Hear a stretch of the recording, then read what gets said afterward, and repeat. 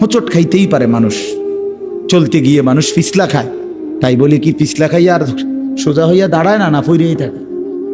তো এইটা তো উচিত, ভুল হবে। চলার পথে অনেক দিন চোখ নামায় রাখছি, আজ হয়তো নারীর প্রতি নজর পড়ে গেছে, হ্যাঁ ভুল হইতেই পারে।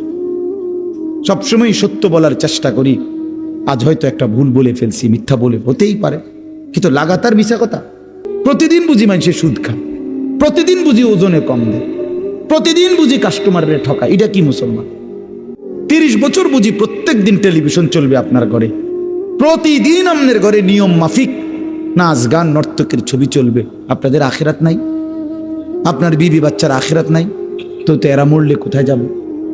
এদের পরিণতি কি হবে? আর আমি বাবা হিসাবে, অভিভাবক হিসাবে কি দায়িত্ব পালন করলাম?